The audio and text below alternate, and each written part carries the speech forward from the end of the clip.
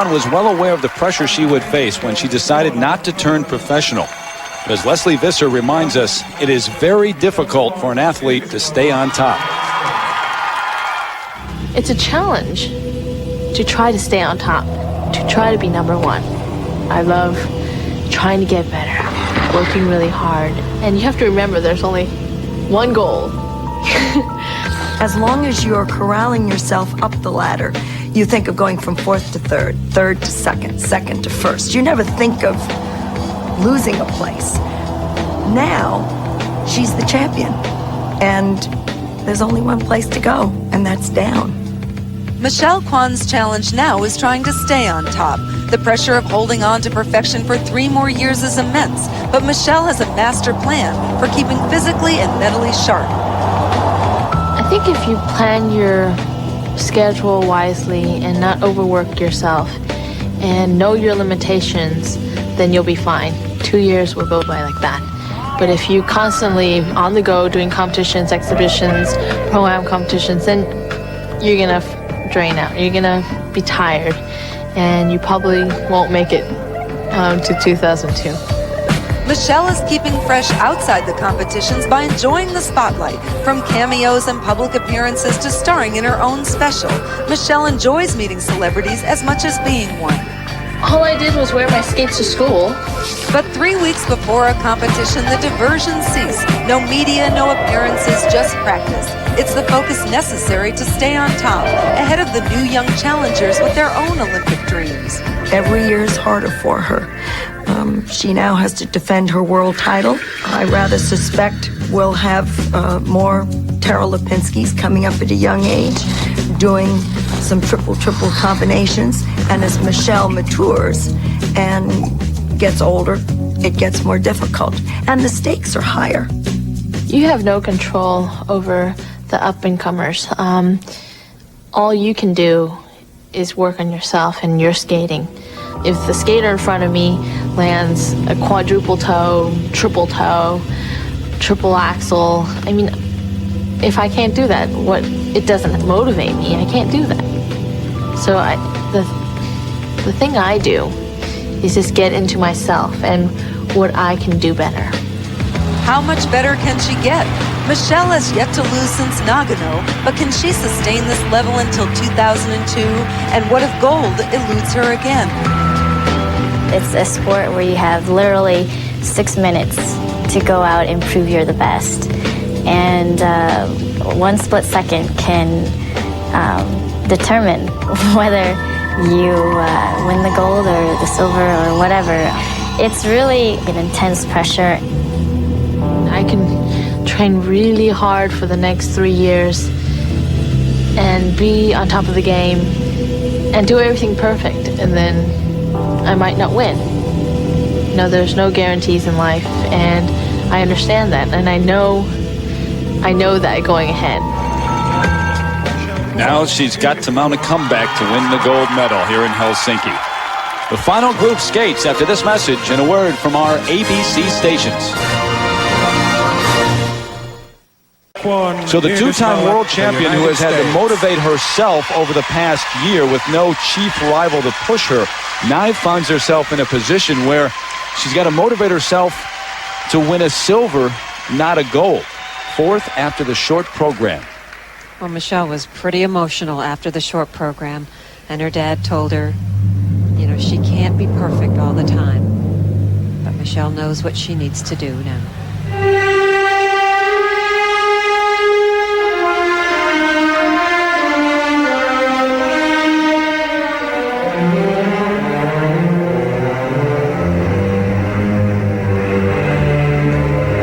Combination, triple love split. And she fell out of it. Wow. That's really out of character to see her do this. This is the Charlotte move that is so effective.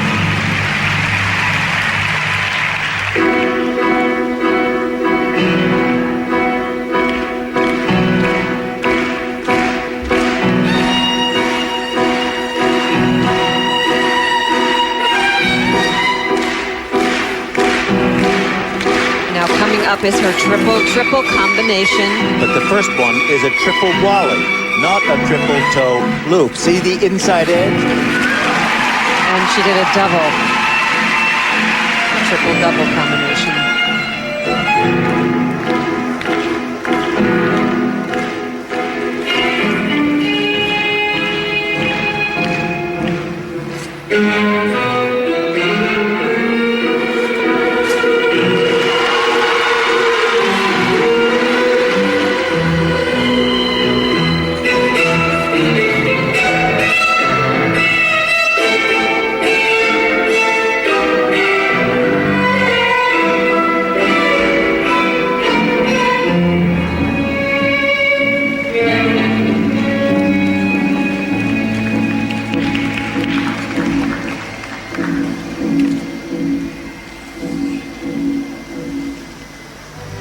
Michelle has to finish first or second in the free skate.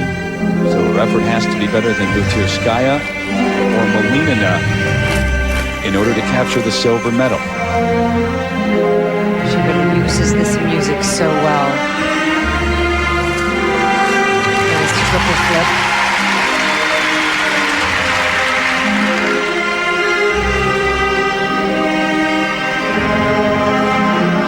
The jump she fell on in the short program, and she only did a single axel instead of a double.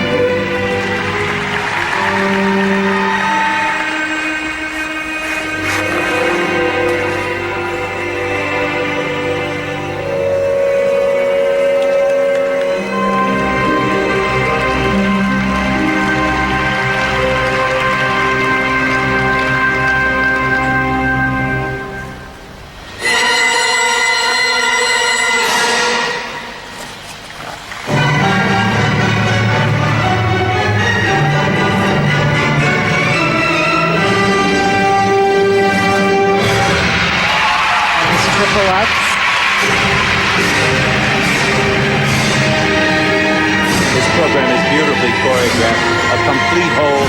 Her style is lovely. Her presentation works. The quality of this program is first grade.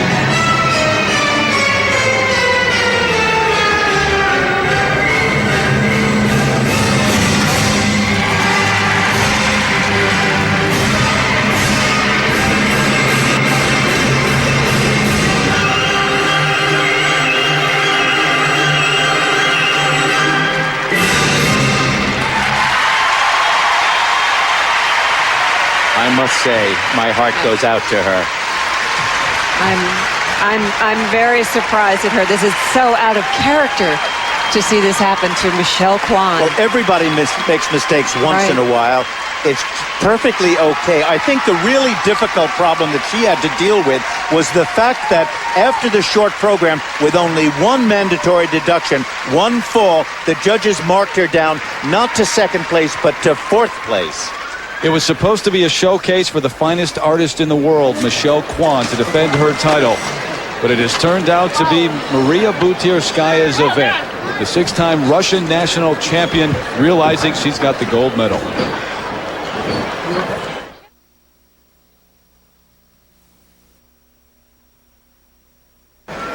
And it was all negative. Michelle Kwan with her coach, Frank Carroll. Will there be a medal? What color will it be?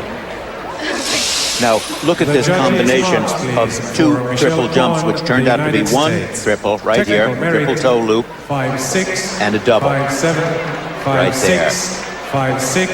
Now remember, Michelle Kwan has to defeat Soldatova with her free skate effort to get the silver, the first set of marks in a wide range. Well, from 5.3 up to 5.7, the marks generally not as good as they could be by any means. But these, the artistic marks, wonderfully impressive. That's where she belongs. In second place, so she captures the silver medal. Not exactly what she had hoped for coming in, not what anyone expected.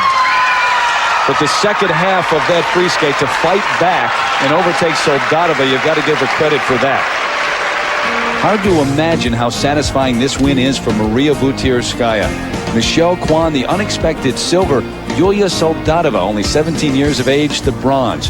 And how about Sarah Hughes finishing 7th in her first trip to the World Championships? That's where Peggy Fleming finished in her first Worlds. And Angela Nikodinov, 12th. Right now, let's join Leslie Visser, who is with Michelle Kwan. Terry, it's hard for anyone to live up to her own legend. A really tough night. Michelle, how did you view tonight? Well, I was the last to skate, first of all, and, I had a lot of time backstage to think about everything. And I thought, it's showtime. Let's go out there and just do it. And, it was a little shaky tonight, but, I hung on. I did the last lutz, which I'd been missing in the practices, but I went through it, and I feel fine. I feel okay. Did you know before you took the ice that you couldn't win the gold? Well, after the short program, being 4th, it was sort of out of my hands, I had to rely on other skaters to do well also, and it's just, that's not what I was focusing on. I was backstage for a good 45 minutes, and I was like, okay, I'm just going to wait until it's time for me to go. Well, you always handle yourself beautifully. Thanks for coming in, Michelle. Back to you, Terry. All right, Leslie, thanks. Dick, how did you see the head-to-head matchup between Maria and Michelle? Well, the whole thing comes down to item number 1, the triples. Kwan did 6, Butyrskaya did 7, Kwan missed 1. That's the name of the game right there, and the rest doesn't matter. The spins were beautiful on both. The footwork and artistry really goes to Kwan, but the name of the game is triples. Well, they say success is the ultimate revenge, and Maria Butyrskaya's critics have very little to say now. For the first time ever, the Russians sweep all 4 disciplines, but the win in ice dance in dispute. The win over a French team in the French Federation has raised the issue, saying there is a judging controversy, and that will be taken under review. We're not done yet from Finland, though. We'll be back with you Thursday night with more of the World Figure Skating Championships presented by MasterCard at 8 Eastern and Pacific in prime time. We'll have the special performances of those who shine here in Helsinki. Until then, for Dick Button, Peggy Fleming, and Leslie Visser, I'm Terry Gannon. Good night, everybody.